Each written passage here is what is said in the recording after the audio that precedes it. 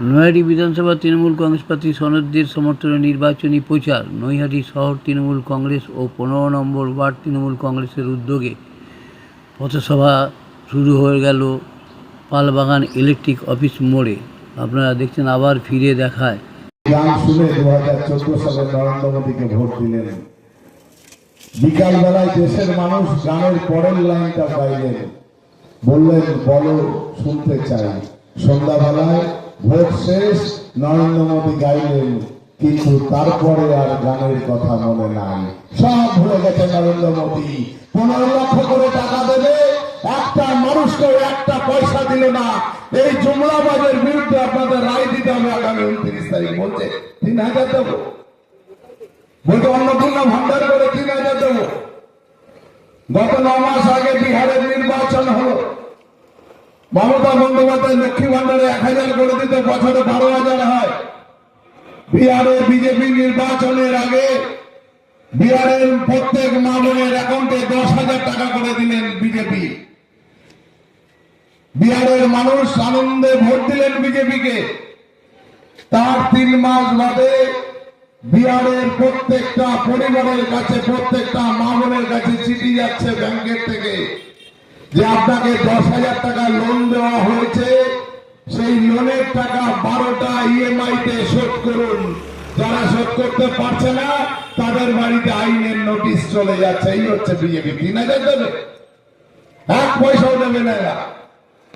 বিজেপির প্রার্থী form fill up করেছে, এটি ফর্ম ফিল আপ করাতে পারে। বিহারের একটা মানুষকেও সমস্ত টাকা এখন তারা ফেরত চাইছে, বলছে টাকা দিন। আর পাড়াজ মোড়ে বসে বিজেপির প্রার্থী ফর্ম ফিল আপ করাচ্ছে, বলছে লক্ষ্মী ভান্ডার দেবো, এই অন্নপূর্ণা ভান্ডার। আজ নির্বাচনের সময় আমি আজকে নির্বাচন কমিশনারকে ওনার বিরুদ্ধে লিখেছি যে নির্বাচনের সময় কি করে এটা করতে পারে। নির্বাচন কমিশনার আজকে সন্ধ্যাবেলা আমাকে মেল করে পাঠিয়েছে যে আমরা ওনাকে শোকজ করেছি, কিন্তু আপনারা আমাদের ভিডিও পাঠান। আমি ভিডিও পাঠিয়ে দিয়েছি আজকে যে নির্বাচন কমিশনারের নির্দেশকে অমান্য করে বিজেপির প্রার্থী ফর্ম ফিল আপ করাচ্ছে, 3000 টাকা অন্নপূর্ণা ভান্ডার দেবে। চলুন, এই মানুষটার গায়ে কিছু লাগে না, ওনাকে যে যাই বলুক। প্রথম মিথ্যা কথা বলছে উনি বঙ্কিমচন্দ্র চট্টোপাধ্যায়ের নাম ভাঙাচ্ছে। বঙ্কিমচন্দ্র চট্টোপাধ্যায়ের পরিবারের উনি কেউ নাম। বঙ্কিমচন্দ্র চট্টোপাধ্যায়ের 3 জন কন্যা সন্তান ছিল, কোন পুত্র সন্তান ছিল না। তিনি বলছেন তার বংশধর। কি করে তার বংশধর হলো? এবং এই প্রার্থী, বিজেপির প্রার্থী যিনি আমার বিরুদ্ধে দাঁড়িয়েছেন, তিনি যে হলফনামা পেশ করেছেন, আমি যে কথাগুলো বলবো সে কথা কিন্তু আমার কথা নয়, সেটা ওনার কথা। নির্বাচনে হলফনামা এফিডেভিট করে জমা দিয়েছে।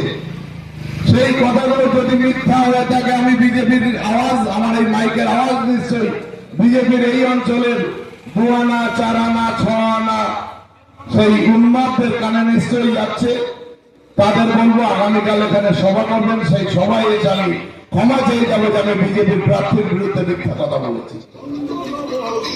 বিজেপির প্রার্থী হলফনামায় লিখেছেন 2025 সালের ডিসেম্বর মাসের 5 তারিখ তার বিরুদ্ধে সিবিআই চার্জশিট দিয়েছে। কেন? কিসের বিরুদ্ধে? 420 মামলা, চিটিংবাজি মামলা। এবং উনি সেটা উল্লেখ করেছেন যে চিটিংবাজি মামলায় আমার বিরুদ্ধে সিবিআই চার্জশিট দিয়েছে।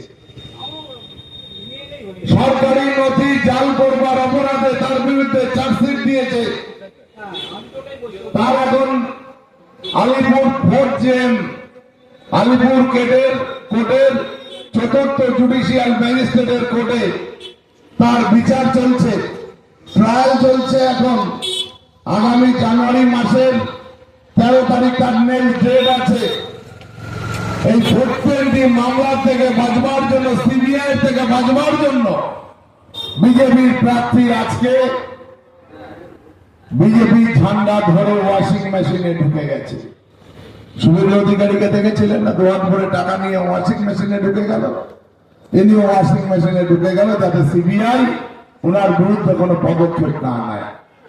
তাই আপনাদের সকলকে বলবো, এই সমস্ত জুমলাবাজ চিটিংবাজি যারা করছে তাদের বিরুদ্ধে রায় দেওয়ার জন্য আগামী 29 তারিখ ঘাসের উপর জোড়া ফুল চিহ্নে ভোট দেবেন। আমি দেখছিলাম বিজেপির প্রার্থী সিদ্ধাসপুর থেকে আমার কাছে ছবিটাও এসছে, আজকেই পেয়েছি। আমি কদিন ধরে খুঁজছিলাম, তিনি আসছেন। আস্তে আস্তে হয়তো তার খিদে পেয়েছে, বয়স্ক মানুষ তো, কারণ হাওড়ায় থাকে, হাওড়া থেকে নৈহাটিতে প্রার্থী হয়েছে। সিদ্ধান্ত তো আপনারাই নেবেন যে আপনাদের প্রয়োজনে, আপনাদের অসুবিধায় সেই প্রয়োজন নৈহাটিতে মিটবে না হাওড়ায় মিটবে, এই সিদ্ধান্ত আপনারা নেবেন। রাত দুটার সময় প্রয়োজন পড়লে আপনারা আমাদের যারা তৃণমূল করি আমাদের পাবেন, না হাওড়ার বিজেপির প্রার্থীকে পাবেন, এই সিদ্ধান্ত আপনারা নেবেন। তা সে বয়স্ক মানুষ আসছেন, আস্তে আস্তে আমার ধারণা ওনার খুব খিদে পেয়ে গেছিলেন। উনি একটা বাড়িতে ঢুকে গেছে, বাড়িতে ঢুকেই মাটিতে বসে পড়েছে। মাটিতে বসে পড়ে বলছে, বাড়ির লোক অপ্রস্তুত দেখি একজন মানুষ হঠাৎ এসে ঘরে মাটির উপর বসে পড়লেন, বলছেন আমাকে কিছু খেতে দিন, আমার খিদে পেয়েছে। বাড়ির লোক বলছে আপনি মাটিতে বসলেন কেন, আমাদের তো চেয়ার টেবিল আছে, আপনি চেয়ার টেবিলে বসুন, আমাদের অবস্থা এত খারাপ নয় যে মাটিতে বসে খেতে হবে, চেয়ার টেবিলে বসুন। বলছে না না, হাঁটছেন, আমি ওই এলাকায় হাঁটছিলাম, আমি যখন হাঁটছিলাম দেখছিলাম রাস্তার পাশে অনেক বাচ্চা, তারা দেখছে আমি তাদের থেকে টাটা করছি, হাত নাড়াচ্ছি, ওরাও হাত নাড়াচ্ছে, টাটা করছে। বিজেপি প্রার্থী কি বলে জানেন, হঠাৎ যেতে যেতে একটা ছোট্ট বাচ্চাকে কোলে তুলে নিয়েছে, কোলে তুলে নিয়ে তাকে খুব আদর করছে, এত আদর করছে বাচ্চাটার অবস্থা কাহিল হয়ে গেছে। বাচ্চাটা বলছে দাদু করছেন কি, আপনি যে আদর করছেন এই আদর তো আমার বাবা মাও কোনোদিন করেনি, আপনি যে আদর করছেন। বলছে চুপ করো।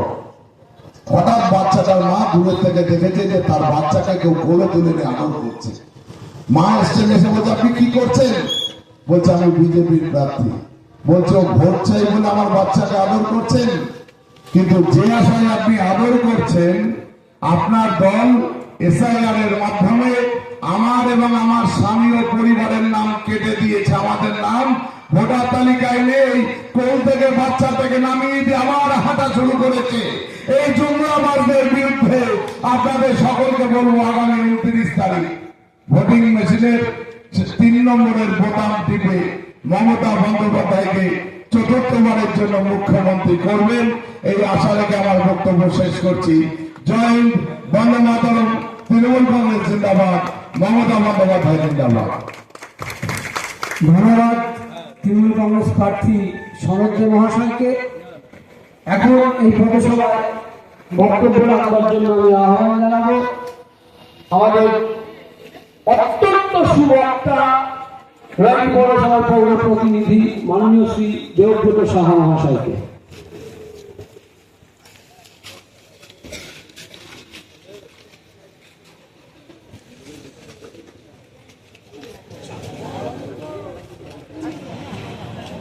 পনেরো নম্বর ওয়ার্ডের পালবাগান মোড়ে নির্বাচনী পথসভার সঞ্চালক সতীর্থ সুরজিৎ নাথ মহাশয় আমার আগে বক্তব্য রাখলেন। আমাদের তৃণমূল কংগ্রেস মনোনীত প্রার্থী সনদ দে উপস্থিত হয়েছেন, আইনটিটিউসির সভাপতি বিষ্ণু অধিকারী সহ এই এলাকার যারা দলীয় কর্মী আছেন, যারা স্থানীয় পদাধিকারী আছেন, প্রত্যেকেই তৃণমূল কংগ্রেসের পক্ষ থেকে এবং মাইকের মাধ্যমে এই 15 নম্বর ওয়ার্ডের যে সমস্ত মানুষ ঘরে বসে মাইকের মাধ্যমে দেখুন, বাংলায় নির্বাচন মানে গণতন্ত্রের উৎসব।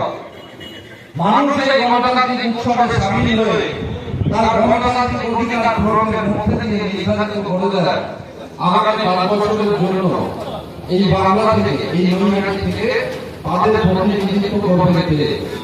মানুষ তার গণতান্ত্রিক অধিকার গ্রহণের মধ্যে দিয়ে নির্ধারিত করে দেয় আগামী 5 বছরের জন্য তার এলাকার সার্বিক উন্নয়নের কথা, মানুষের সুখ-দুঃখের কথা বিধানসভায় দাঁড়িয়ে বলবেন কে। কিন্তু বিজেপি মানুষের সেই গণতান্ত্রিক অধিকারটাকে কেড়ে নিতে চাইছে। কারণ দেখুন, 2011 সালে বাংলার মানুষের আশীর্বাদ নিয়ে, সমর্থন নিয়ে মমতা বন্দ্যোপাধ্যায় বাংলার মুখ্যমন্ত্রী হয়েছিল, তৃণমূল সরকার ছিল। 2011 থেকে 2016 যখন আরেকটা নির্বাচন হলো, আমরা কি দেখলাম? কেন্দ্রের ক্ষমতায় বসে থাকা বিজেপি দলটা এই বাংলার ক্ষমতা দখল করবার জন্য ঝাঁপিয়ে পড়ল। যে দলটায় বাংলার ইতিহাস জানে না, ভূগোল জানে না, বাংলার কৃষ্টি সংস্কৃতি জানে না, এদের মনে হলো বাংলার ক্ষমতা দখল করতে হবে। কিন্তু বাংলার ক্ষমতা দখল করতে গেলে বাংলার মানুষের সমর্থন করতে হবে। ওরা জানে এই বাংলার মমতা বন্দ্যোপাধ্যায়ের বিরুদ্ধে, তৃণমূল কংগ্রেসের বিরুদ্ধে মানুষকে বিরুদ্ধে বোঝানো যাবে না। তার জন্য ওরা কি করলো? 2016 নির্বাচনে আমরা দেখলাম দেশের দুটো নিরপেক্ষ সংস্থা, মানুষ যাদের অত্যন্ত নিরপেক্ষ সংস্থা হিসেবে জানে, ইডি এবং সিবিআই, এই দুটো নিরপেক্ষ সংস্থাকে তারা বাংলার মাটিতে পাঠিয়ে দিলেন। রাজনৈতিক বক্তব্য নেই তৃণমূল কংগ্রেসের বিরুদ্ধে, রাজনৈতিক বক্তব্য নেই মমতা বন্দ্যোপাধ্যায়ের বিরুদ্ধে। এই দুটো নিরপেক্ষ সংস্থাকে বিজেপি দলীয় দাসে পরিণত করবে। এবং আমরা কি দেখলাম? বাংলার মানুষ কি দেখলো? একের পর এক তৃণমূলের নেতা মন্ত্রীকে ধরে সারা দিন ধরে জেরা করছে। জেরায় বসে বলছে বিজেপিতে জয়েন করুন, তাহলে আপনাকে ছেড়ে দেওয়া হবে। যারা মানতে পারলেন না, দেখা গেল তাদেরকে জেলে ঢুকিয়ে দিলে। বাংলার মানুষের কাছে প্রমাণ করতে চাইলে তৃণমূল কংগ্রেস অপরাধী, বাংলার মানুষের কাছে প্রমাণ করতে চাইলে মমতা বন্দ্যোপাধ্যায় দুর্নীতিগ্রস্ত। নির্বাচন হয়ে গেল, কিন্তু বাংলার মানুষ আরো অনেক বেশি সমর্থন দিয়ে মমতা বন্দ্যোপাধ্যায়কে 2016 নির্বাচিত করলেন। বাংলার ক্ষমতায় আবার মমতা বন্দ্যোপাধ্যায়। তারপর আবার 2021 নির্বাচন, এবং আপনার যথারীতি আমরা দেখলাম সেই ইডি এবং সিবিআই নির্লজ্জ ভাবে তারা তৃণমূলের ওপর একের পর এক নেতা মন্ত্রীকে ধরছে, জেলে ঢোকাচ্ছে। তার পাশাপাশি জাতপাতের রাজনীতি, হিন্দু মুসলমান, মন্দির মসজিদ, এই জাতপাতের ভাষার ভিত্তিতে, জাতপাতের ভিত্তিতে মানুষের মধ্যে বিভেদ তৈরি করেছে। ওরা মনে করলেন বাংলার ক্ষমতা দখল করেছে, কিন্তু তবুও হলো না। বাংলার মানুষের মুখ থেকে মমতা বন্দ্যোপাধ্যায়কে তৃণমূল কংগ্রেসকে মুক্তি দেওয়া গেল না। আর তাই এবার 2026 নির্বাচন বিজেপি দেখলো কোনো পথ নেই, কোনো উপায় নেই, আর তাই ওরা ভাবলো বাসও থাকবে না, বাসিও বাঁচবে না। মানুষের ভোটের অধিকারটাকে কেড়ে নাও, মানুষের ভোটের অধিকার কেড়ে নিয়ে ওরা বাংলার ক্ষমতাটা দখল করতে চাইছে। এবং এই এসআইআর শুরুতে আমরা কি দেখেছিলাম? এ রাজ্যের বিরোধী নেতা চিৎকার করে বলছিলেন 1.5 কোটি বাংলাদেশিকে এই রাজ্য থেকে তাড়াবো, 1.5 কোটি রোহিঙ্গা এবং বাংলাদেশিদের ওপার বাংলায় পাঠিয়ে দেবো। আজকে এসআইআর একদম শেষ পর্যায়ে এসে 4 মাস বাদে বিরোধী নেতা বলতে পারছেন না এসআইআর এর মধ্যে দিয়ে কজন বাংলাদেশিকে খুঁজে পেয়েছে বা কজন রোহিঙ্গাকে খুঁজে পেয়েছে। পাননি। উল্টে আমরা কি দেখলাম? সারা দিন ধরে এসআইআর এর নামে ঘন্টার পর ঘন্টা রাজ্যের মানুষকে লাইনে দাঁড় করিয়ে দিলে এই এলাকার মানুষকেও দাঁড়াতে হয়েছে। আমরা কি দেখলাম? 80 বছরের একজন বৃদ্ধ স্যালাইন নিয়ে লাইনে দাঁড়িয়ে আছেন, কারণ তাকে প্রমাণ দিতে হবে তিনি বাংলার মানুষ, তিনি এদেশের নাগরিক।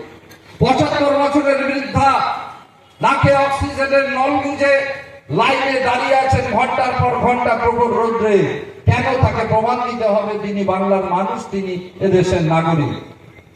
দেশের সেনাবাহিনীতে চাকরি করেছেন, দেশের জন্য লড়াই করেছেন, তাকে লাইনে দাঁড় করিয়ে দিয়েছে নাগরিকত্ব প্রমাণের জন্য। বাংলার মানুষ, এই এলাকার মানুষ এই অপমানের জবাব দেবেন না? আমরা নির্বাচনের আগে দাঁড়িয়ে আপনাদের এই কথাগুলোই মনে করিয়ে দিতে চাই। দেখুন, সেদিন যখন নির্বাচন কমিশনের নির্দেশে আপনারা বাধ্য হয়েছিলেন ঘন্টার পর ঘন্টা লাইনে দাঁড়িয়ে থাকতে, সেদিন যখন নির্বাচন কমিশনের নির্দেশে এ বাংলার মানুষকে সমস্ত অপমান বুকে নিয়েও প্রমাণ করবার তাগিদ ছিল যে তারা দেশের নাগরিক, আপনাদের প্রতিবাদ করবার সুযোগ ছিল না। কিন্তু আগামী 29 তারিখ আপনাদের সামনে সেই প্রতিবাদের সুযোগ। আমি মনে করি আপনারা এই অপমানের এই প্রতিবাদের জবাব দেবেন। এবং শুধু সাধারণ মানুষ নয়, এই এসআইআর কে নিয়ে গত 3 মাসে আমরা কি দেখলাম? সাধারণ মানুষের বাইরেও নেতাজি সুভাষচন্দ্র বোস, যিনি দেশের স্বাধীনতা এনে দিয়েছেন, তার পরিবারকে লাইনে দাঁড় করিয়ে দিয়েছেন নাগরিকত্ব প্রমাণের জন্য। বাংলার মানুষের অপমান মেনে নেবেন? ওরা বিশ্ববন্দিত অর্থনীতিবিদ অমর্ত্য সেন, তাকে নোটিশ পাঠিয়েছে, আপনি প্রমাণ করুন আপনি এদেশের নাগরিক। লজ্জা হয় না? বাঙালি এই অপমানের জবাব দেবেন না? আমরা এই কথাগুলোই তো আপনাদের বলতে চাইছি। এই দলটা আদতে বাংলা এবং বাঙালি বিরোধী। এই দলটা বাংলার কৃষ্টি সংস্কৃতি জানে না। ওই যে প্রথমে বললাম যে দলটার ইতিহাস ভূগোল সম্বন্ধে বাংলার জানা নেই, বাংলা ওদের দখল করতে হবে। আবার বলছে আমরা সোনার বাংলা তৈরি করব। যে দলটা বিদ্যাসাগরের মূর্তিকে কলকাতার রাজপথে লাথি মেরে ভেঙে দেয়, তারা সোনার বাংলা তৈরি করবে, মেনে নেবেন এই এলাকার মানুষ? যে দলটা অমর্ত্য সেনকে বলে বিদেশিদের পা চাটলে ওরকম নোবেল অনেকেই পায়, আপনারা সেই দলটা এই সোনার বাংলা তৈরি করবে আপনারা বিশ্বাস করেন? এলাকার মানুষ এই অপমানের জবাব দেবেন না? যে দলটা বলছে আজকে সোনার বাংলা তৈরি করবে, আমরা অবাক হয়ে যাই। সে এই দলটাই বিশ্বখ্যাত ক্রিকেট প্লেয়ার সৌরভ গাঙ্গুলি, যার জন্য আজকে বাংলা গর্বিত, বাঙালি গর্বিত, সারা দেশ গর্বিত। সেই সৌরভ গাঙ্গুলিকে বলছে দালাল। বাঙালি অপমানের জবাব দেবেন না? ওরা যে বাংলাদেশের স্বাধীনতা সংগ্রামে সবচেয়ে বেশি অগ্রগণ্য ভূমিকা ছিল, আজকে সেই বাংলার মানুষকে প্রমাণ দিতে হবে যে তারা এই দেশের নাগরিক, তারা বাংলার মানুষ। আর এই প্রমাণ চাইছে কারা? উত্তরপ্রদেশ, মধ্যপ্রদেশ, গুজরাট, রাজস্থানের বহিরাগতরা এসে। অবাক হয়ে যায় যে একটা রাজ্যের মহিলা মুখ্যমন্ত্রী আজকে তাকে বাংলা থেকে, ক্ষমতা থেকে সরিয়ে দেওয়ার জন্য সারা দেশ থেকে বিজেপির 100-র উপর নেতা মন্ত্রী বাংলার বুকে ঝাঁপিয়ে পড়েছে। মমতা বন্দ্যোপাধ্যায়কে ক্ষমতা থেকে সরিয়ে দিতে হবে। মেনে নেবেন বাংলার মানুষ? আমরা এই কথাগুলো নির্বাচনের আগে 29 তারিখ ভোট, আমরা জানি আপনারা আপনাদের মতামত দেবেন, কিন্তু আমরা এই কথাগুলো আপনাদেরকে মনে করিয়ে দিতে চাইছি। এবং বাংলার ক্ষমতা দখল করবেন অনেকগুলো স্লোগান ওরা নিয়ে এসছে। দেশের প্রধানমন্ত্রী থেকে নরেন্দ্র মোদী, ওদের কোনো রাজনৈতিক বক্তব্য নেই। দেখবেন নরেন্দ্র মোদী থেকে এপাড়ার বিজেপির নেতা, জানি না এখানে মিটিং করেছে কিনা, না করলে করবে, শুনবেন আপনারা, সেই বক্তব্য রাখুন। মন্দির মসজিদ, জাতপাত, হিন্দু মুসলমান, ভারত পাকিস্তান, তারপরে ওদের পুঁজি ফুরিয়ে যাবে। জিজ্ঞেস করবেন ওদের মুখে, শুনবেন না দেশের অর্থনীতি কি অবস্থা, দেশের শিল্প, শিক্ষা, কৃষি কি উন্নতি তারা করেছেন, কি কাজ করেছেন, কোনো কথা নেই। ওই জাতপাতের রাজনীতি, ওই হিন্দু মুসলমান, এর বাইরে ওদের কথা নেই। আর এবার 2026-এ কিছু স্লোগান ওরা সামনে নিয়ে এসছে, দেয়ালে লেখা ছিল, দেখছিলাম। কি বলছে? বাঁচতে চাই বিজেপি তাই। 12 বছর ধরে যে দলটা দেশের ক্ষমতায় আছে, দেশের কয়েকশো কৃষক যেখানে মৃত্যুবরণ করেছে যে দলটার হাতে, তারা এই রাজ্যে এসে বলছে বাঁচতে চাই বিজেপি তাই। দীর্ঘ 12 বছরের মোদীর রাজত্বে যে বাংলায় একটা শিল্প তৈরি হয়নি, দেশের বিভিন্ন রাজ্যের শ্রমিকরা একবেলা খেয়ে আর একবেলা না খেয়ে দিন কাটাচ্ছে, সেই দলের প্রধানমন্ত্রী নেতা নরেন্দ্র মোদী বাংলার মাটিতে দাঁড়িয়ে বলছেন বাঁচতে চাই বিজেপি তাই। বিশ্বাস করেন এলাকার মানুষ? একটা স্লোগান লিখেছে, নারীর সুরক্ষা দরকার, তাই বিজেপি সরকার। ভাবা যায়, বিজেপি বলছে নারীর সুরক্ষার কথা, নরেন্দ্র মোদী বলছেন বাংলার নারীদের সম্মান নেই। কেন? আরজি করে একজন অভয়ের মৃত্যু হয়েছিল। আর এটা মমতা বন্দ্যোপাধ্যায়ের বাংলা, তাই ধর্ষণকারী 48 ঘন্টার মধ্যে ধরা পড়ে। এটা মমতা বন্দ্যোপাধ্যায়ের বাংলা, তাই ধর্ষণকারী এখনো জেলে আছে। আর যারা বলছে নারীর সুরক্ষা দরকার চাই বিজেপি সরকার, দেশের 12টা রাজ্যে বিজেপি আছে। আমি যদি উত্তরপ্রদেশে যাই, হাথরাসে কি ঘটনা ঘটেছিল, একটা পরিবারে ঘরের ভেতর ঢুকে বাড়ির সবাইকে আটকে রেখে গৃহবধূর উপর পাশবিক অত্যাচার চালালো বিজেপির নেতা এবং তার সাঙ্গপাঙ্গরা, এবং তাকে খুন করে দেওয়া হলো। সেই দলটা বাংলার মাটিতে দাঁড়িয়ে নির্বাচনের সামনে বলছে নারীর সুরক্ষা দরকার, চাই বিজেপি সরকার। বিজেপি সরকার করবে না আপনারা বাংলার মাটিতে। নারীর সুরক্ষার কথা বলছে এই সেই বিজেপি যারা উন্নয়নে একটা 17 বছরের মেয়েকে ধর্ষণ করে খুন করলো। তারপর কি হলো, তার বাবা যখন সেই প্রতিবাদ করতে থানায় পৌঁছালো, বাবাকে অমানসিক ভাবে পিটিয়ে থানা থেকে বাইরে ছুঁড়ে ফেলে দেওয়া হলো। তারপর যখন তার বাবা বাড়ি ফিরছে, লরি চাপা দিয়ে মেরে দেওয়া হলো। সেই মেয়েটির মা এবং আইনজীবীকে নিয়ে যখন কোর্টে গেল মেয়ের বিচার চাইতে, কোর্ট থেকে ফিরে আসবার পথে গুলি করে মেরে দেওয়া হলো। সেই দলটা বাংলার মাটিতে দাঁড়িয়ে বলছে এই বাংলায় নারীর সুরক্ষা নেই, নারীর সুরক্ষা দরকার, চাই বিজেপি সরকার। বিশ্বাস করেন এই এলাকার মানুষ? এরা সেই বিজেপি। মণিপুর বিজেপি শাসিত আরেকটা রাজ্য, কি হয়েছিল সারা দেশের মানুষ দেখেছে। 11 জন মহিলাকে ধর্ষণ করে তারপর 2.5 ঘন্টা ধরে নগ্ন করে 3 কিলোমিটার রাস্তা হাঁটিয়ে দিয়ে গেছে বিজেপির মাতব্বররা। দেশের নির্লজ্জ অপদার্থ প্রধানমন্ত্রী নরেন্দ্র মোদী, অমিত শাহ নির্বাচনের সামনে বাংলার মাটিতে দাঁড়িয়ে বলছেন নারীর সুরক্ষা দরকার, চাই বিজেপি সরকার। এই রাজ্যের বুকে দাঁড়িয়ে ওরা জাতপাতের রাজনীতি করে। এই বিজেপি দলটা জানে না, নরেন্দ্র মোদী অমিত শাহ জানে না পরদিন ভারতবর্ষের বিভিন্ন রাজ্যে বিভিন্ন ধর্মের মানুষকে, বিভিন্ন ভাষার মানুষকে, বিভিন্ন জাতের মানুষকে একত্রিত করে স্বৈরাচারী ব্রিটিশদের বিরুদ্ধে লড়বার জন্য এই বাংলা থেকে কোনদিন কেউ একজন লিখেছিলেন নানা জাতি নানা ভাষা নানা পরিধান, বিবিধের মাঝে দেখো মিলন মহান।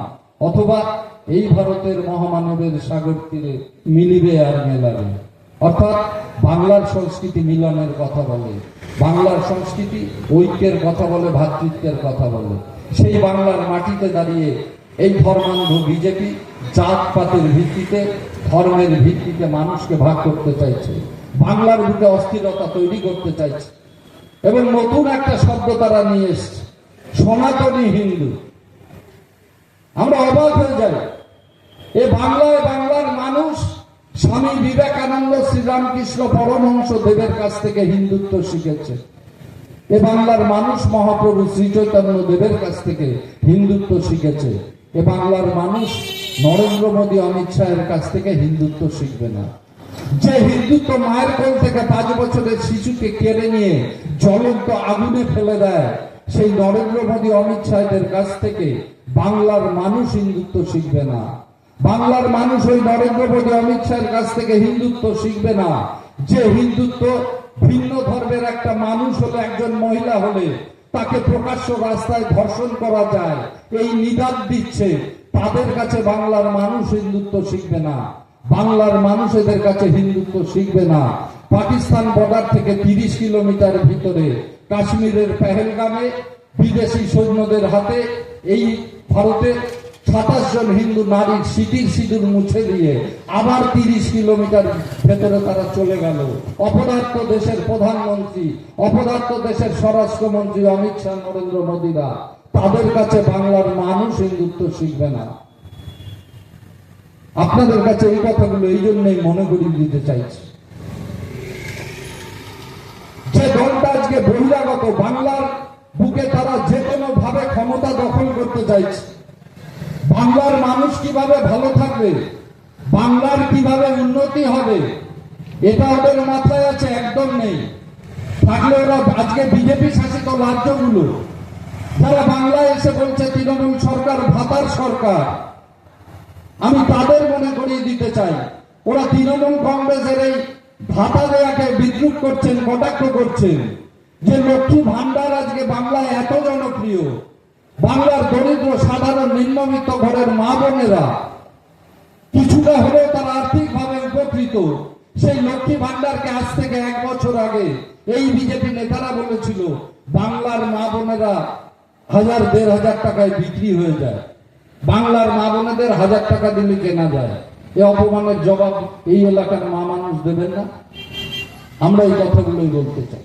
যারা আজকে বাংলার তৃণমূল সরকারকে বলছেন ভাতার সরকার, তাদের মনে করিয়ে দিতে চাই মমতা বন্দ্যোপাধ্যায়ের বাংলা আজকে দেশের মধ্যে ক্ষুদ্র কুটির শিল্পে 1 নম্বরে আছে।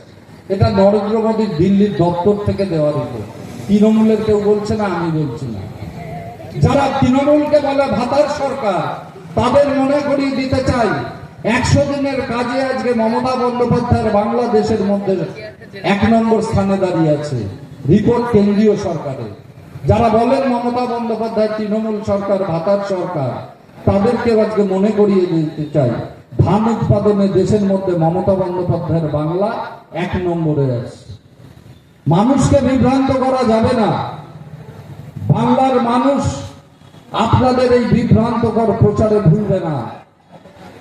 আরো অনেক কিছু বলা যায়, আরো এখনো অনেকে বক্তা আছে, আমি আর কিছু বলছি না। শুধু পরিশেষে আপনাদের একটা কথা বলে যাই, দেখুন, যদি বিগত 15 বছরে এই এলাকার মানুষের মনে হয় পরিবর্তনের বাংলায় দাঁড়িয়ে বাংলার শান্তি শৃঙ্খলা আছে, যদি মনে হয় এই পরিবর্তনের বাংলায় মানুষ শান্তিতে নিঃশ্বাস নিতে পারে, যদি মনে হয় পরিবর্তনের বাংলায় দাঁড়িয়ে আপনারা নৈহাটি শহরের উন্নয়ন দেখেছেন, যদি মনে হয় পরিবর্তনের বাংলায় দাঁড়িয়ে বাংলার নিপীড়িত দরিদ্র মানুষের কিছু হলেও তাদের উপকারে এই সরকার পাশে দাঁড়িয়েছে, তাহলে আপনারা এই বিভ্রান্তে ভুলবেন না।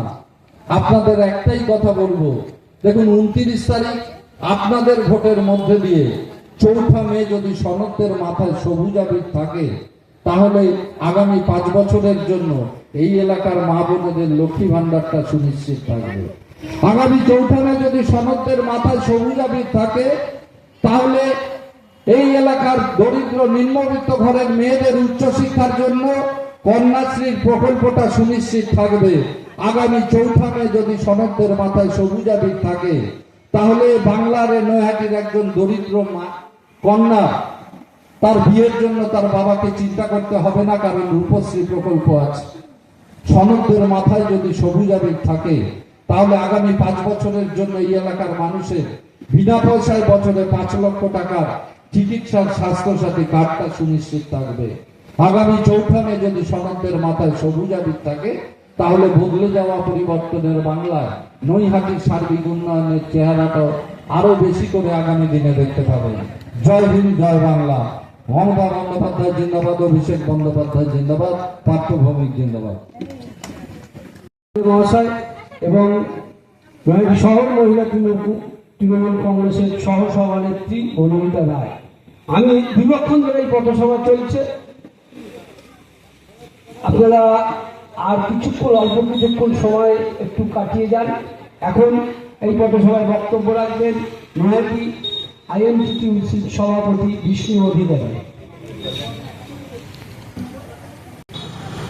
ধন্যবাদ জানাই আপনাদের ওয়ার্ডের সকলের প্রিয় মানুষ, আমার মাস্টার মশাই, সুরজিৎ মাস্টার মশাইকে। আপনারা দীর্ঘক্ষণ ধরে পথসভা চলছে, মানে অনেকক্ষণ ধরে চলছে। সবাই বারবার করে নানানভাবে বলেছে আমাদের সকলের প্রিয় প্রার্থী নৈহাটি ভূমিপুত্র বলা ভুল, ঘরের ছেলে, সনদের সমর্থনে এখানে বক্তব্য রেখেছেন নৈহাটি মিউনিসিপ্যালিটির চেয়ারম্যান মাননীয় অশোক চ্যাটার্জি মহাশয়। এতক্ষণ বক্তব্য রাখলেন 26 নম্বর ওয়ার্ডের কাউন্সিলর মাননীয় দেবব্রত সাহা। বক্তব্য রেখে গেছেন আমাদের তৃণমূল কংগ্রেসের প্রার্থী তথা সনদে মহাশয়।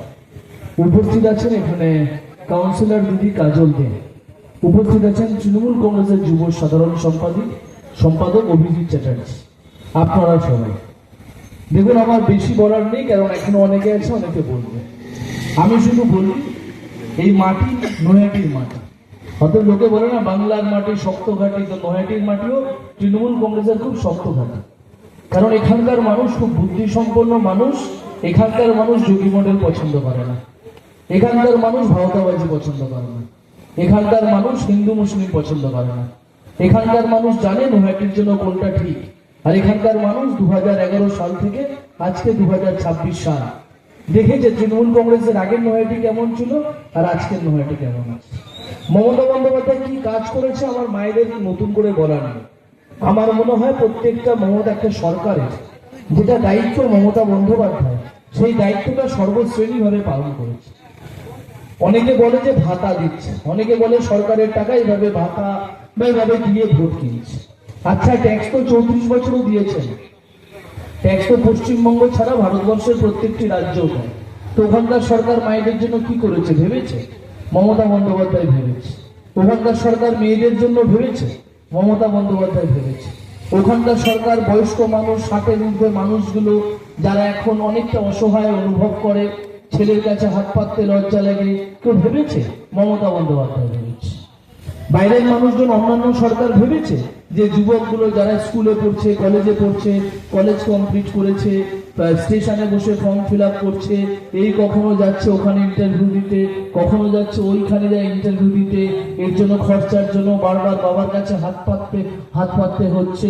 আর্থিকভাবে পিছিয়ে পড়া বাবাগুলো দিতে অনেক সময় কষ্টে দিয়ে উঠতে পারছে না। মমতা বন্দ্যোপাধ্যায় সামান্য হাতটা বাড়িয়ে যুবসাথী একটা প্রকল্প দিয়ে ওই যুব সমাজের পাশে দাঁড়িয়েছে। দেখুন, আর মমতা বন্দ্যোপাধ্যায় কাজ বলার কিছু নেই। এখন আমি ঘাসের রাস্তায় চলতেও হয় না, তাই আমি রাস্তা করব, ওই পোস্টে লাইট লাগাবো, এরকম মিথ্যা প্রলাপও আমার মুখে মানায় না। আমি শুধু একটু বলি, এই হিন্দু মুসলিমের রাজনীতির বাইরে আপনি সকলে জানেন এই বিজেপি সরকারের কাছে কিছু নেই। খবরের চ্যানেল দেখছেন তো? আপনি বলুন, একটা আমাদের বাংলায় নির্বাচন হচ্ছে না বাংলায় যুদ্ধ লেগেছে? ব্যারাকপুরে যারা 7টা বিধায়ক হয়, 7 জনের প্রার্থী বিজেপি দিতে গেছে, পাশে কে রয়েছে? দেশের রক্ষামন্ত্রী রাজনাথ সিং। যুদ্ধ লেগেছে। এই গ্রামে গেছিলাম শিবদাসপুরে, ওখানে একটা মিটিং থেকে যখন ফিরছি দেখলাম একটা লোহার বিশাল বড় গাড়ি, যেই গাড়ি মানে কি বলবো, ওইগুলো কাশ্মীরে দেখেছি, হিন্দি বড় বড় বইতে দেখেছি, সেই গাড়ি আমি শিবদাসপুরের রাস্তায় দেখলাম। এখানে কি যুদ্ধ লেগেছে? হামিদপুরের ওখানে চায়ের দোকান আছে, এই অঞ্চলে যারাই আমরা বাঙালিরা চা প্রিয়, দেখলাম ওই হামিদপুরের চায়ের দোকানের আগে 17টা বিএসএফ দাঁড়িয়ে রয়েছে। আমি ভয়ে আর গাড়ি দাঁড় করালাম না, দরকার নেই চা খাওয়ার। আপনি বলুন যুদ্ধ লেগেছে? বাংলায় এমন ভাবে নির্বাচন প্রক্রিয়া চালানো হচ্ছে, এক তো প্রথমে ভোটার কার্ড থেকে নাম কেটে উড়িয়ে দেওয়া হলো, কিন্তু যাই হোক সত্যের জয় হয়। যারা টিভিতে অনেকে বলেছিলেন মমতা বন্দ্যোপাধ্যায় সুপ্রিম কোর্টে নাটক করতে গেছে, আজকে সুপ্রিম কোর্টের রায়ে তারা আশা করি খুব ভালোভাবে যুক্ত জবাব পেয়েছে। সুপ্রিম কোর্ট বলেছে নির্বাচনের 2 দিন আগেও যাদের নাম তালিকায় উঠে আসবে তারাও ভোট দিতে পারবে। আজকে মমতা বন্দ্যোপাধ্যায় বাংলার মানুষের জন্য যে সুপ্রিম কোর্টে গিয়ে যে আবেদন জানিয়েছিলেন, আজকে তার জয় হয়েছে। আর পুরোপুরি আমাদের জয় হবে 4 তারিখে। বাংলার মায়েরা জবাব দেবে। এখানে যোগী দেখছেন তো খবরে, আমি একটা জিনিস খুব অদ্ভুত লাগে, আপনারা ভাবুন, এরকম ভাবে মানে ভদ্র ভাষায় বলাও যায় না, এরকম একটা রামপাঠা হতে পারে। একজনকে দেখলেন উত্তরপ্রদেশের মুখ্যমন্ত্রী, যাকে বলে যোগী বলে, আমাদের দেশে এরকম পণ্ডিতের স্থান নেই। আমাদের দেশে তো পণ্ডিত বলতে বাঙালির কাছে রামকৃষ্ণ দেব, আমাদের দেশে পণ্ডিত বলতে তো আমরা শ্রী চৈতন্য মহাপ্রভুকে বুঝি। আমাদের দেশে হিন্দুর প্রবক্তা যদি হিন্দুধারী কেউ হয়ে থাকে আমাদের চোখে, সেটা স্বামী বিবেকানন্দ। আর আমরা কি দেখলাম? উত্তরপ্রদেশ থেকে উড়ে এসছে ওই যোগী আদিত্যনাথ, সে স্টেজে আছে, আর আমাদের রাজ্যের যে বিরোধী নেতা, মানে রামপাটা ছাড়া বলার কিছু নেই। বাবাকে এত তাড়াতাড়ি পরিবর্তন করে আমার তো দেখা ছিল না, উনি আমার বাবা হয়। আর আমরা দেখলাম উত্তরপ্রদেশের মুখ্যমন্ত্রী এসছে, আমি বুঝলাম না যারা সামনে যে অন্ধভক্তগুলো মিছিলে ছিলেন, যারা তার বক্তব্য শুনছিলেন, আপনারা দেখেছেন স্টেজের পাশে যোগীকে মানে বলে না বন্দনা করার একটা চাটুকারিতা মানুষের স্বভাব থাকে, সেই যে চাটুকারিতার কোন জায়গায় গেছে, মঞ্চের পাশে একটা বড় জেসিপি রেখেছে, মানে কি ভয় দেখাচ্ছে, বুলডোজার রেখেছে, আর স্টেজে যোগী দাঁড়িয়ে রয়েছে। আর দেখবেন শুভেন্দু অধিকারী স্টেজে উঠেই শটান পায়ে শুয়ে পড়ল। আমি তো ফার্স্ট কথা নমস্কারটাও পছন্দ করি না, সবাইকে নমস্কার করা যায় না, যে গুরুজন হয় আমরা তাকে নমস্কার করি। আমরা বিজয় দশমীতে যাকে গুরুজন আর মন থেকে যাকে শ্রদ্ধা আসে তাকে গিয়ে নমস্কার করি। এই হুটুম পাটুম, আর ওকে দেখুন শতাংশ হয়ে পড়েছে, মাথায় হাত নিয়ে লাফাচ্ছে। এক মির্জাফর আমরা বইয়ের পাতায় পড়েছি, আর এক মির্জাফর আমরা আজকে জলজান্ত দেখতে পাচ্ছি যে একটা বাঙালি সম্প্রদায়কে শেষ করার জন্য কিভাবে সেই উড়ন্ত যোগীকে নিয়ে আসছে, আর আমাদের পাশে স্টেজে বুলডোজার রেখেছে। সাহসটা ভাবতে পারে? আপনারা ভাবেন এই দলটার সাহসটা কত? উত্তরপ্রদেশে গেছে বাঙালিকে চালাবে, আর এখানকার যারা বসবাসকারী মানুষজন তারা হাসতে হাসতে মেনে নেবে। হেমন্ত বিশ্ব শর্মা এসেছে, আজকে হেমন্ত বিশ্ব শর্মা এসে মুখ্যমন্ত্রীকে নানান অসভ্য ভাষায় গালাগালি করলো। আমি দুপুরবেলা খবরের চ্যানেল দেখছি, অমিত শাহ যেন কোথাও একটা সভা করছে, ভাষাটা দেখবেন। আমরা যখন কোথাও একটা রিক্সা করে বা টোটো করেও যাই, সেই মানুষটাকে ভাড়া দেওয়ার সময় তুমি করে কথা বলি। আমাদের বাঙালি রক্ত রয়েছে তুমি সম্বোধন, আমাদের দ্বারা তুই তোরা কি হয় না। বারবার করে দেখুন আজকে খবরের চ্যানেলে দেখাচ্ছে অমিত শাহ দূরে দাঁড়িয়ে রয়েছে এক কর্তব্যরত পুলিশ অফিসার, তার দায়িত্ব আছে, মানুষজন আছে ওখানকার সবাইকে কোথায় বসানো, একটা সভায় তো প্রশাসনের দায়িত্ব থাকে। ওই পুলিশ অফিসারটাকে দূর থেকে এ এ এ করে চিল্লাচ্ছে। আপনারা দেখবেন এ তুই তুই তুই, এই ভাষা বাংলার মানুষ মেনে নেবে? বাংলার মানুষ এই দলকে বাংলায় আনবে? এই তুই তো আর এই ছোট দলকে বাংলার মানুষ মেনে নেবে? লাস্টে বলছে হ্যাঁ তোকে তোকে তুই তোকে তোকে বলছি, মানে এরকম তুই তামারি করে বস, চুপচাপ বস। আর বারবার কি বলছে এ দিদি। আমরা শুনেছি এর আগে প্রধানমন্ত্রীর মুখেও এই দিদি নামকে যদি কলঙ্কিত কেউ করে থাকে তো ভারতবর্ষের প্রধানমন্ত্রী এসে বাংলায় এসে বারবার করে বাঙালি মহিলার সমাজকে কলঙ্কিত করেছে। এই জবাব আমি আশা করি 29 তারিখে এই বাংলার মায়েরা যোগ্য জবাব দেবে। আমি শেষে বলি অনেকে আছে, অনেকে বলবি, সুদেশনা আছে, অভিজিৎটা আছে, কাজল দিয়ে আছে, সবাই বলি। আমি শুধু বলি ভোটটা দেওয়ার আগে না মায়েরা একটাবার ভাববেন, অনেকের বাড়িতে না কাল আমি দেখছিলাম, কাল আমি মিটিং এ যাওয়ার সময় দেখছি পাড়া হাউস মোড়ে ওখানকার বিজেপি, মানে কি বলবো, জলদত্ত যদি আমরা মহলায় যদি দেখে থাকি সেই সাতচুন্নি, মানে বলতে দ্বিধা নেই, সাতচুন্নির মতন বসে ওখানে ফর্ম ফিল আপ করছে। ওকে দেখলে যে কেউ ভয় পাবে। তারপরে যাই হোক কি ফর্ম ফিল আপ করছে 3000 টাকার একটা। সেই ঢপের প্রকল্প যেমন 12 লাখ ছিল, যেমন গ্যাসের দাম ছিল, যেমন বলেছিল ফ্রিতে গ্যাস, 2 কোটি চাকরি, সেরকম একটা 3000-এর ফর্ম ফিল আপ করাচ্ছে বসে বসে। মায়েদের শুধু বলবো বাড়ির সামনে আসলেন একটাবার প্রশ্ন করবেন, 21টা রাজ্যে বিজেপি ক্ষমতায় আছে। দিল্লিতে 1 বছর আগে ক্ষমতায় এসছে, 7 মাস আগে বিহারে ক্ষমতায় এসছে। তোমরা এতগুলো উত্তরপ্রদেশে রয়েছে, তোমরা মণিপুরে রয়েছে, তোমরা ত্রিপুরায় রয়েছে, তোমরা আসামে রয়েছে, কোথায়? মায়েদের তো 300 টাকাও দেয়নি। তার মানে শুধু বুঝে নেবেন এই দল ভাওতাবাদী দল, ও শুধু ভাবছে একবার ক্ষমতায় আসি, কিন্তু বুঝতে পারছে না বাঙালি সম্প্রদায় মাথা বেচে না, মাথা বেচে না। আন্দামানে হয়তো আজকে বাঙালিদের যে 519 জন বিপ্লবী ছিল তাদের নাম হয়তো ভেঙে খোদাই করে উঠিয়ে দিয়ে তোমার এই দালালি, তোমার এই যে সাবারকারের মতন নাম আজকে ওখানে অলঙ্কৃত করা হচ্ছে, কিন্তু এখনো আন্দামান সেলুলার জেলে দেওয়ালে যদি যাও বাঙালির কর্ণ শুনতে পারবে, বাঙালি বিপ্লবকে হুঙ্কার শুনতে পারবে, তো বাঙালি মতো করবে না। তো আমি শুধু বলবো ভাওতাবাজিতে পা দেবে না, নৈহাটির উন্নয়নকে সমর্থন করবেন।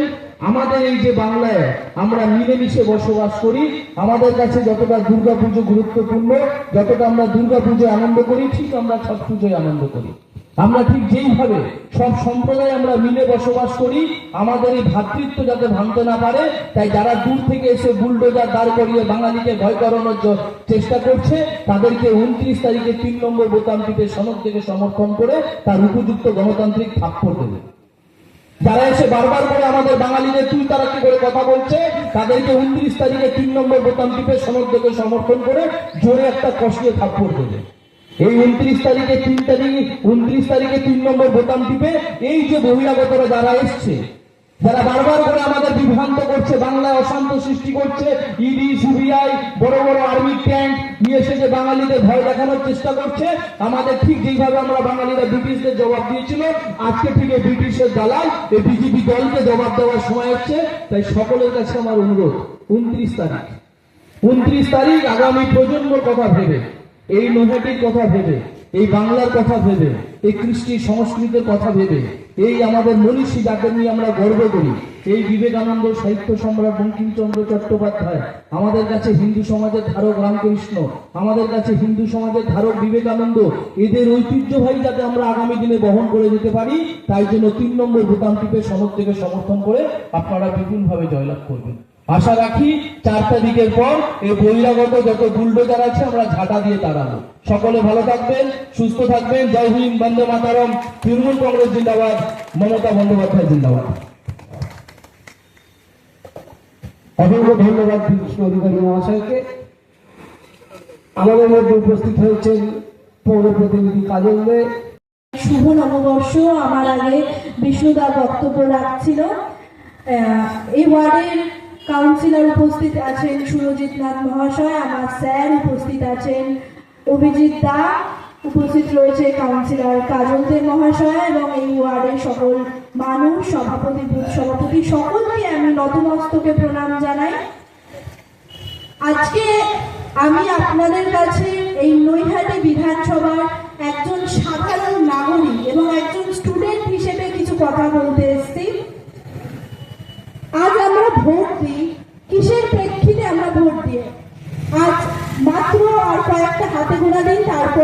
বাংলার বিধানসভা ভোট।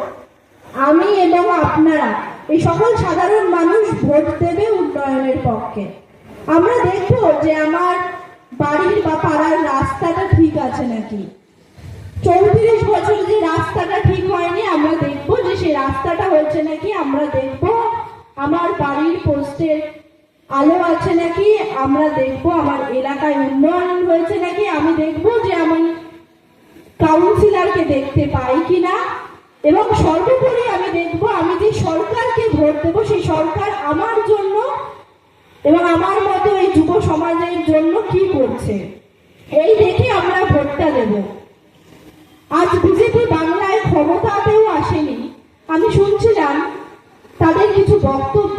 আজ আমি একজন স্টুডেন্ট হিসেবে রাজনৈতিক মঞ্চে বক্তব্য রাখার আমার একটাই কারণ এবারের ভোটটা বাংলার সংস্কৃতিকে বাঁচানোর ভোট।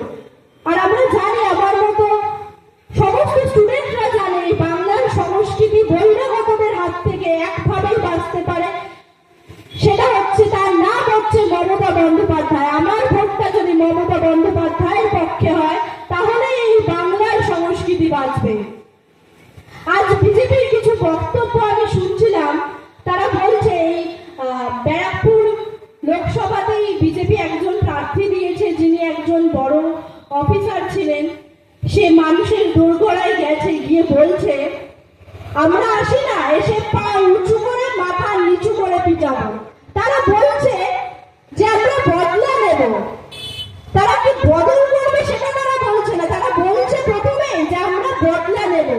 আজ দেশের প্রধানমন্ত্রী এবং স্বরাষ্ট্রমন্ত্রী এখানে এসে বলছে যে হাম লোগ চুন চুন কে হিসাব লেঙ্গে। বাংলার মানুষের তারা নাকি হিসাব দেবে। আর আমরা বলছি, যুব সমাজ বলছে আসুন হিসাব নিতে। এই বাংলায় খেলা হবে, এই বাংলার মাটিতে খেলা হবে। কিসের খেলা হবে জানেন? কোনো হিংসার না, কোনো প্রতিহিংসার খেলা হবে না এই বাংলার মাটিতে। এই বাংলার মাটিতে কন্যাশ্রীর খেলা হবে, এই বাংলার মাটিতে যুব সাথী, এই বাংলার মাটিতে স্বাস্থ্য সাথীর খেলা হবে, এই বাংলার মাটিতে পথশ্রীর খেলা হবে। আজ বিজেপি অন্নপূর্ণা ভান্ডারের নামে মিথ্যা প্রতিশ্রুতি দিচ্ছে, জায়গায় জায়গায় গিয়ে বলছে আমরা 3000 করে টাকা দেব, আমাদের ভোটটা দিন।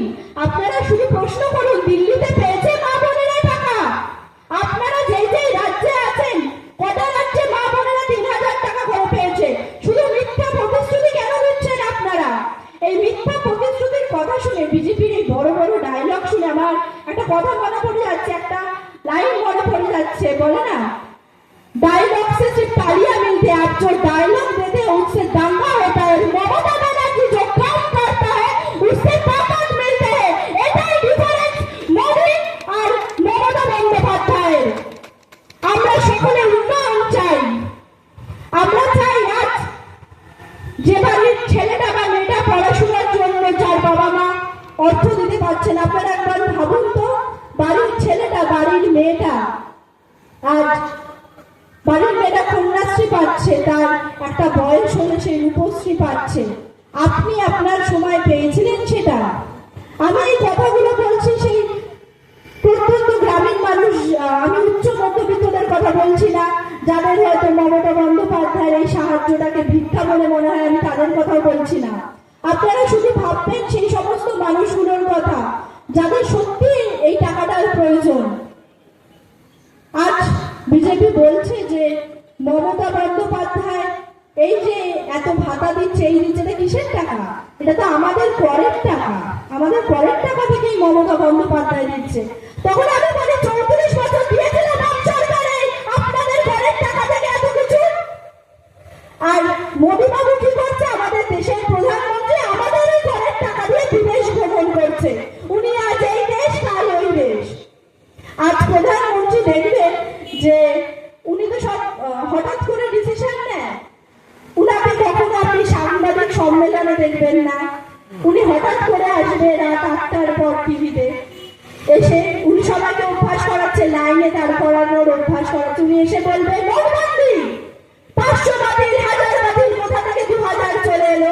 আবার কালকে লাইভ করে বলতে পারে, 8টার সময় টিভিতে এসে বলতে পারে আমি 5000-এর নতুন নোট এনেছি, যাও এবারে লাইনে দাঁড়াও ব্যাংকে গিয়ে।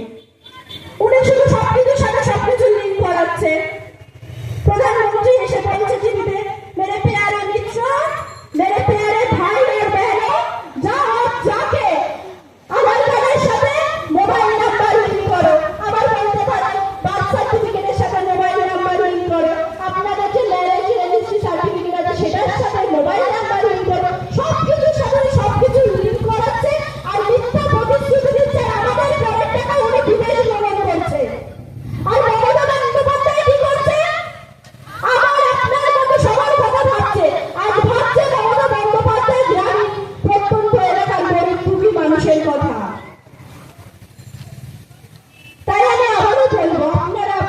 ঘরের ছেলেকে ভোট দিন, যাকে আপনারা সর্বদা পাশে পাবেন। আজ এই কোভিড কালে বিজেপির কটা লোককে আপনারা পাশে পেয়েছেন। আমি গ্যারেন্টি দিয়ে বলতে পারি আপনারা আপনাদের ঘরের ছেলেকে, নৈহাটির ছেলেকে পাশে পেয়েছিলেন। আজ ভ্যাকসিনের দরকার হলে সে আপনার দরগড়ায় ছুটে এসছে। আর বিজেপি প্রার্থী যাকে দাঁড় করিয়েছে বিজেপি, সেটা এলাকার কেউ নয়, সেটা হাওড়ার বাসিন্দা নিজের মনোনয়নে জানিয়েছে সে হাওড়া পালির বাসিন্দা। সুতরাং আমার বিশ্বাস এলাকার সকল মানুষের কাছে যে আপনার ভোটটা হবে উন্নয়নের পক্ষে, আপনার ভোটটা হবে লক্ষ্মীর ভান্ডারের পক্ষে, আপনার ভোটটা হবে কন্যাশ্রীর পক্ষে। তাই আমি আপনাদের কাছে করজোড়ে নিবেদন করব, আপনারা আগামী 29শে এপ্রিল আপনার ভোটটা আপনার ঘরের ছেলেকে দিন, যাকে যে কোনো প্রয়োজনে আপনি রাত 3টের সময় পাবেন। আগামী 29শে এপ্রিল আপনারা তৃণমূল কংগ্রেস মনোনীত প্রার্থী সনদ থেকে 3 নম্বর বোতাম টিপে বিপুল ভোটে ভোট দিয়ে জয়ী করান। আমি আর বেশি কিছু বলছি না, অভিজিৎটা আছে এরপরে বলবো, অত্যন্ত সুবক্তা। ধন্যবাদ। জয় বাংলা।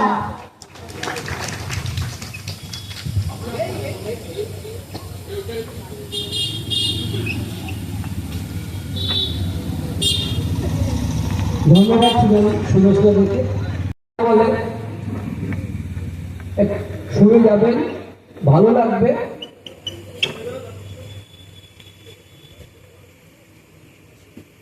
নৈহাটি শহর তৃণমূল কংগ্রেসের অন্যতম নেতা অভিজিৎ চট্টোপাধ্যায়। ধন্যবাদ সুরেশ নাকি।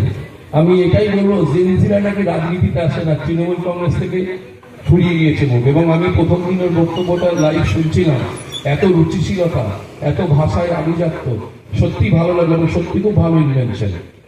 আমাকে সুরজিৎ স্যার বলছিলেন, এবং এখানে মদনদা রয়েছে, দীর্ঘক্ষণ ধরে রয়েছেন এখানে, গৌতম কাকু রয়েছেন এখানে, কাজলদি না দেখছি না আমি, ও কাজলদি রয়েছে, দেবস্মিতা রয়েছে, মধুমিতা রয়েছে। আমি শুধু একটাই কথা দিয়ে শুরু করছি। আমি কয়েকদিন আগে বিজেপি যিনি প্রার্থী হয়েছেন, তিনি সম্ভবত 26 নম্বর ওয়ার্ডে তিনি প্রচারে গেছিলেন, ডোর টু ডোর ক্যাম্পেইনে। তো আমি কিছু কথা তার এলো ফেসবুকের মাধ্যমে, সামাজিক গণমাধ্যমের মাধ্যমে। তিনি বলছেন, আমরা শান্তি দেব, আমরা উন্নয়ন দেব। আমি শুধু শান্তির প্রসঙ্গে বলি, আপনি নতুন, আপনার না জানারই কথা স্যার। আপনি তো বিদ্যে বোঝাই বাবু মশাই, আপনার 16 আনা বিদ্যেই দিতে হয়ে গেল। তো কিরম শান্তি আপনারা দিয়েছিলেন তার একটা ট্রেলার 2019-এ নৈহাটির মানুষ এবং যেই অঞ্চলে আপনারা বলছিলেন 26 নম্বর ওয়ার্ডে, তারাও বিচক্ষণ দেখতে পেয়েছে আপনারা কি শান্তি তাদের দিয়েছিলেন। আমি এটা বলতে পারি যে বিজেপির যে অবস্থা, একটা ভাবতে পারেন 6বার তাদের প্রার্থী বদল করতে হয়েছে। শুধু বিষ্ণুপুর উত্তরে 3বার তাদের প্রার্থী বদল করতে হয়েছে। এত বিক্ষোভ। কোথায় তারকেশ্বরে দাঁড় করিয়েছে কোন সন্টু পানু না কি নাম, তার বিরুদ্ধে ব্যাপক বিক্ষোভ। গাইঘাটায় যাকে দাঁড় করিয়েছে তার বিরুদ্ধে ব্যাপক বিক্ষোভ। আমার মনে হয় বিজেপিকে হারানোর জন্য আমাদের প্রয়োজন নেই, বিজেপি যথেষ্ট বিজেপিকে হারানোর জন্য। ভয়ঙ্কর অবস্থা। আপনি দেখতে পাচ্ছেন এই যে যিনি দাঁড়িয়েছেন, কি সৌমিত্র চ্যাটার্জি না সুমিত্র চ্যাটার্জি, জানি না, তো তার দেখবেন তার প্রচারে বিজেপির কিছু মুখকে আপনারা দেখবেন না। আমরা যাই করি, আমরা দিনের শেষে কিন্তু আমার প্রার্থীকে জেতানোর জন্য আমরা 100 ভাগ আমরা কিন্তু দিই। কাঠবিড়ালির মতন রাম সেতু নির্মাণের জন্য একটা কাঠবিড়ালিকে প্রয়োজন হয়েছে। আমরা প্রয়োজনে সেই কাঠবিড়ালি হয়ে আমরা রাম সেতু নির্মাণ করে আমরা সনদ থেকে বিধানসভায় পাঠাবো। একটা কথা আছে জানেন তো সংস্কৃতিতে, মধু তিষ্ঠাতে যে প্রাপ্তে হৃদয় তু হলা হলাম, মানে যার মুখে দেখবেন খুব ভালো ভালো কথা, তার হৃদয়ে বিষ থাকে। সনদটা মুখে হয়তো খুব ভালো কথা বলে না, কিন্তু হৃদয়ে বিষ নেই, তার অমৃতটা হৃদয়ে রয়েছে। আমি প্রচুর দিন আমার ব্যক্তিগত অভিজ্ঞতা দিয়ে বলছি, পরপর 2বার কোভিড-19 আক্রান্ত হয়েছিল পুরো পরিবার সমেত। আমি এখানে দেখুন, আমি কারো স্তুতি কবাটা করি না, এটা আমি প্র্যাকটিক্যাল কথা, যেটা আপনারা অবশ্যই আমার সাথে সহমত হবেন। আমার শব্দ সীমার মধ্যে যদি অতিবেলে সনদদার বিরোধী থাকে, তিনি নিশ্চয়ই এটাতে সহমত হবেন। এই মানুষটা কিন্তু রাত্রি 3টের সময়ও শরীরে 102 জ্বর নিয়ে, মুখে স্বাদ নেই, এই পরিস্থিতিতে দুর্বল শরীর নিয়ে তিনি কিন্তু আপনাদের পরিষেবা দিয়ে গেছেন। যতদূর শব্দ সীমার মধ্যে আমার মানুষরা রয়েছে, আপনারা বলুন বিধায়ক মানে কি? আমরা এর আগে পার্থভূমিকে দেখেছি, তারপর সনদ থেকে দেখছি বিধায়ক মানে আপনি 10টা প্রশ্ন করবেন, উত্তর দেবেন কথা কম, একটু গুরুগম্ভীর ব্যাপার। বিধায়ক মানে কি? রাত 12টায় আপনি ফোন করলে বলবে যেই নাম্বারের সাথে আপনি সম্পর্ক করতেন সেই নাম্বারটা বন্ধ করা আছে, অনুগ্রহ করে কিছুক্ষণ পরে করুন। কিন্তু আমি বলতে পারি এই বিধায়কের ফোন কিন্তু কখনো বন্ধ হয় না। এই বিধায়ককে ফোন করলে আপনাকে জিজ্ঞেস করবো না ভাই তুমি কি তৃণমূল করো না সিপিএম করো না বিজেপি করো, কারণ রাজধর্ম পালন করো। তাকে আপনারা 14 মাস সময় দিয়েছে, প্রচুর কাজ ছিল, কত কি করেছে আমি এই মঞ্চ দাঁড়িয়ে বলবো না, কারণ আমি তৃণমূল কংগ্রেসের হয়ে বলতে এসছি, আমি তো বলবোই। সাধারণ মানুষ যারা ভোট দেবে তারা বলুন 14 মাসে কি করেছে, কি করতে পেরেছে, সেটার বদলে তিনি 100% করার চেষ্টা করেছে 14 মাসে। এবং আমার দৃঢ় বিশ্বাস আর 5 বছর যদি তাকে সুযোগ দেন, এই নৈহাটির যে উন্নয়নের ধারা ছিল সেই উন্নয়নের ধারাকে আরো ত্বরান্বিত করবে এবং উন্নয়নের ধারাকে আরো গতি নিয়ে আসবে। সনদ আজ বড় বড় কথা বলে, আপনারা মনে আছে একটা সিনেমা বেরিয়েছিল, তাতে একটা গান ছিল বেসারাম রং কাহা দেখোগে। সিনেমাটা চলতে দিল না ভারতবর্ষের কোথাও। কেন? কারণ নায়িকা নাকি যে কস্টিউম পরেছিল সেটা নাকি গেরুয়া। বাবা রাম ভক্তদের বিরোধ ভয় লেগেছে, কস্টিউম গেরুয়া পড়েছে, তাই সিনেমা চলতে দেওয়া যাবে না। আসানসোল দক্ষিণের প্রার্থী অগ্নিমিত্রা পল, নাম শুনেছেন তো, শাড়ির ব্যবসায়ী করে। সেই অগ্নিমিত্রা পল ফ্যাশন ডিজাইনার, তিনি শাড়ি পরেছেন এবং তার বিজেপির যারা মহিলা মোর্চার সদস্যরা রয়েছেন তাদের শাড়ি দিয়েছেন জয় শ্রীরাম লেখা। সেই শাড়ির আঁচল মাটিতে লুটোচ্ছে, সেই শাড়ির আঁচল পায়ে লাগছে। এটা তো হিন্দু ধর্মের অপমান হয় না, তাই না? ভগবান শ্রীরাম, পুরুষোত্তম পুরুষ শ্রীরাম, দশরথনন্দন রাম। আমি জানি ভগবান শ্রীরামকে আপনারা জানেন যে ভগবান শ্রীরামকে এনেছেন দশরথ, কিন্তু এখন জানতে পারলাম ভগবান শ্রীরামকে এনেছে নরেন্দ্র মোদী। সব জায়গায় দেখি ছবিতে ভরে গেল নরেন্দ্র মোদী নাকি ভগবান শ্রীরামকে হাত ধরে নিয়ে যাচ্ছে, আর ভগবান শ্রীরাম বলছেন আমি তো পথ চিনি না, আমায় পথ দেখিয়ে নিয়ে যাও। এই অপমান হিন্দু ধর্মের কারা করেছে? কারা করেছে বলুন? আমি বলি এই বিজেপির সবচেয়ে বড় শত্রু হচ্ছে বাঙালি হিন্দুদের। 400 বছরের পুরনো শিব মন্দির নাগপুরে, সেখানে আরএসএস এর রক্ত। সেই 400 বছরের শিব মন্দিরকে যে জেসিবি দিয়ে ভেঙে গুড়িয়ে দেওয়া হলো। ভগবান শিবলিঙ্গকে জেসিবি দিয়ে তুলে অন্যত্র সরিয়ে দেওয়া হলো। কেন জানেন? আরএসএস এর বাবুদের দামি দামি গাড়ি পার্কিং জোন হবে, ওখানে পার্কিং জোন হবে। এখানে যোগী আদিত্যনাথ এসে বক্তব্য দিয়ে বলছেন যে আমাদের এখানে নাকি নামাজ পড়া হয় রেড রোডে। এই মূর্খটা জানে না আমার এলাকায় যখন রেড রোডে নামাজ পড়া হয় তাহলে এই রেড রোডেও দুর্গা কার্নিভাল হয়। এটা জেনে রাখা উচিত যোগী আদিত্যনাথের। ঈদের জন্য, মহরমের জন্য যদি একদিন রাস্তা বন্ধ থাকে, দুর্গাপুজোর জন্য 10 দিন রাস্তা বন্ধ থাকে। কারণ মমতা ব্যানার্জি বাংলার দুর্গাপুজো আর সপ্তমী, অষ্টমী, নবমী, দশমীতে রাখিনি, একাদশী থেকে দশমী অব্দি মমতা ব্যানার্জি দুর্গাপুজোকে রেখেছে। আমার যোগী যদি প্রকৃত হিন্দু হয়ে থাকে, বাপের বেটা হয়ে থাকে, তাহলে দুর্গাপুজোয় মমতার মতন 10 দিন ছুটি দিয়ে দেখুক উত্তরপ্রদেশে। মমতা পারে, যোগী পারে না। আজকে ভাবতে পারেন দেশের স্বরাষ্ট্রমন্ত্রী তিনি বলছেন 14 দিন আমি বাংলায় ঘাঁটি গেড়ে পড়ে থাকবো। বাংলা থেকে মাত্র 350-400 কিলোমিটার দূরে মণিপুরের অবস্থা জানেন? কুকি সম্প্রদায়ের সাথে জাতি দাঙ্গা শুরু হয়েছে। মণিপুরের বিস্তীর্ণ অঞ্চলে সেনাবাহিনী ঢুকতে পারছে না। সারি সারি সেনাবাহিনীর যে সাধুয়া গাড়িগুলো আছে সেই সাধুয়া গাড়িগুলোকে জ্বালিয়ে দেওয়া হচ্ছে। সেখানে প্রতিদিন ঠিক কত মেয়ে ধর্ষিতা হচ্ছে সেই সংখ্যাটা কেন্দ্রীয় সরকারের কাছে নেই। সেখানে কত চার্চ, খ্রিস্টীয় মিশনারি গুড়িয়ে দেওয়া হচ্ছে সেই সংখ্যাটা ভারতীয় জনতা পার্টি বা অমিত শাহের কাছে নেই। সেখানে কত হিন্দু যুবকের গলা কেটে খুন করা হচ্ছে, সেই সংখ্যাটা অমিত শাহের কাছে নেই। কারণ অমিত শাহকে দিল্লি জিততে হবে, বাংলা জিততে হবে, অমিত শাহকে মমতা ব্যানার্জিকে সরাতে হবে। আজকে বলুন তো, 12 বছর সরকার আছে, কেন্দ্রীয় সরকার, আপনি একটাও বলতে পারবেন যে একটা স্কুল করেছে? আপনি বলতে পারবেন একটাও মেডিকেল কলেজ করেছে? একটাও আপনারা বলতে পারবেন একটা ইঞ্জিনিয়ারিং কলেজ হয়েছে? একটা বলুন। আগে অমিত শাহের চিকিৎসা হয় জওহরলাল নেহরুর এইমসে, তৈরি করে থেকে জওহরলাল নেহরু। আমার সরকার, আমার নেত্রী মমতা বন্দ্যোপাধ্যায় ব্যক্তহীন ভাষায় আমার নেতা অভিষেক বন্দ্যোপাধ্যায় বলছেন 2021 সালের পর থেকে এই দীর্ঘ 5 বছর কেন্দ্রীয় সরকার রাজ্যের উন্নয়নের জন্য একটা পয়সা দেয়নি। চ্যালেঞ্জ করে বলছে, যদি প্রমাণ করে দিতে পারেন একটা শর্ট দিয়েছেন, আমি রাজনীতির মঞ্চে বক্তব্য দেব না, প্রয়োজনে শ্বেতপত্র প্রকাশ করুন লোকসভায়। একটা পয়সাও কেন্দ্রীয় সরকার দেয়নি। মমতা বন্দ্যোপাধ্যায় 10 লক্ষ মানুষকে মাথার ছাদ তৈরি করে দিয়েছে মমতা বন্দ্যোপাধ্যায়। বড় বড় কথা বলে, কি একটা প্রকল্প করেছে আয়ুষ্মান ভারত, আপনারা জানেন? একটু আপডেট থাকুন, 12,000 কোটি টাকা আয়ুষ্মান ভারতের হরিয়ানা, দিল্লি, রাজস্থান, সেই বিজেপি শাসিত অঞ্চলে, সেখানে আয়ুষ্মান ভারতের প্রকল্পের টাকা সেখানকার হাসপাতালকে দেয় না। আয়ুষ্মান ভারতের পেশেন্টকে আয়ুষ্মান ভারতের কার্ড বিজেপি শাসিত রাজ্য গ্রহণ করে না। আয়ুষ্মান ভারতের ক্রাইটেরিয়া জানেন? আয়ুষ্মান ভারত করতে গেলে আপনার মোটর সাইকেল থাকলে আয়ুষ্মান ভারতে আপনি এলিজিবল নয়। আপনি জানেন আয়ুষ্মান ভারতের ক্রাইটেরিয়া?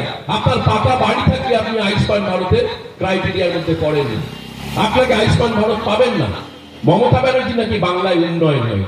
সারা ভারতবর্ষের মধ্যে সবচেয়ে বড় লজিস্টিক হাব কোথায় হয়েছে? আপনার ঘরের দরজায়, হরিণঘাটায়। ইনফোসিস 400 একর জমির ওপর রাজারহাটে ইনফোসিস তাদের করছেন, তাদের অফিস করছে, যেখানে 4000 মানুষের আইটি সেক্টরে কর্মসংস্থান হবে। টাটা গোষ্ঠীর চেয়ারম্যান মমতা ব্যানার্জি চাইনি। মমতা ব্যানার্জির হরিশ চ্যাটার্জি স্ট্রিটে টাটা গোষ্ঠীর চেয়ারম্যান এসে বলেছে যে আমরা ইন্টারেস্টেড আপনার এখানে ইন্ডাস্ট্রি করার জন্য, আমরা জায়গা দিন। টাটা গোষ্ঠীর সবচেয়ে বড় বিনিয়োগ বাংলায় হবে। 2026-এর পর বাংলায় সবচেয়ে বড় বিনিয়োগ হবে টাটা গোষ্ঠী। মমতা ব্যানার্জি নাকি কিছু দেয়নি। আজকে ভাবতে পারেন, হিন্দু ধর্মের ধারক, সারা ভারতবর্ষে সবচেয়ে বেশি মন্দির আছে কেরলে।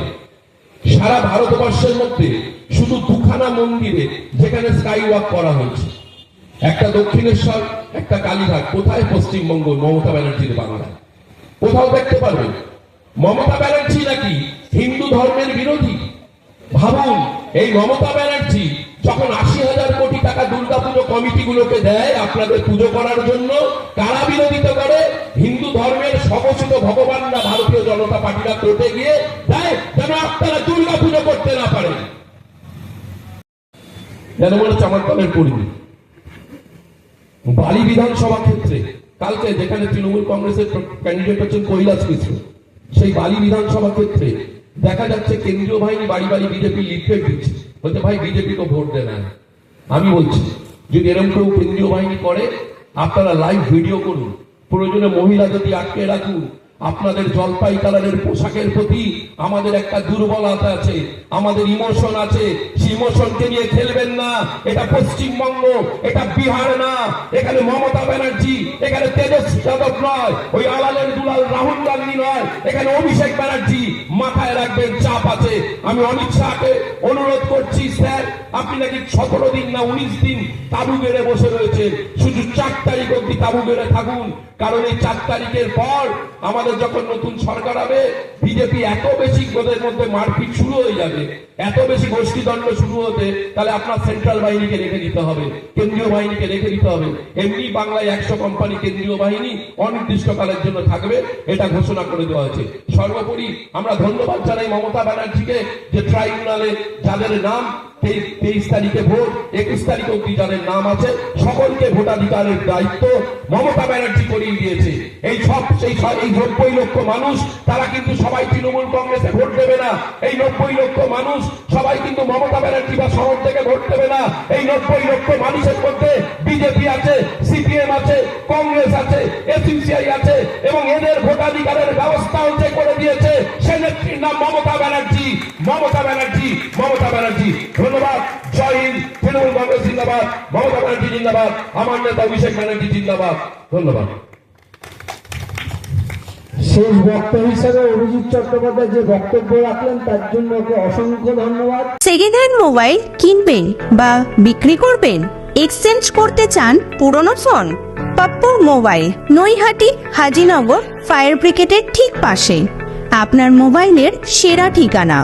Samsung, Redmi, Realme, Oppo, Vivo, iPhone সহ যে কোনো ব্র্যান্ডের মোবাইল এখানে পাবেন 50 থেকে 80% ছাড়ে, তাও আবার গ্যারেন্টি সহকারে। হোলসেল ও রিটেল দুই পাওয়া যায়। এছাড়াও আছে mobile cover, tempered glass, earbuds, smart watch, এক ছাদের নিচে সব। দোকান খোলা থাকে প্রতিদিন সকাল 10টা থেকে রাত 10টা পর্যন্ত। আজই চলে আসুন পাপ্পু মোবাইলে।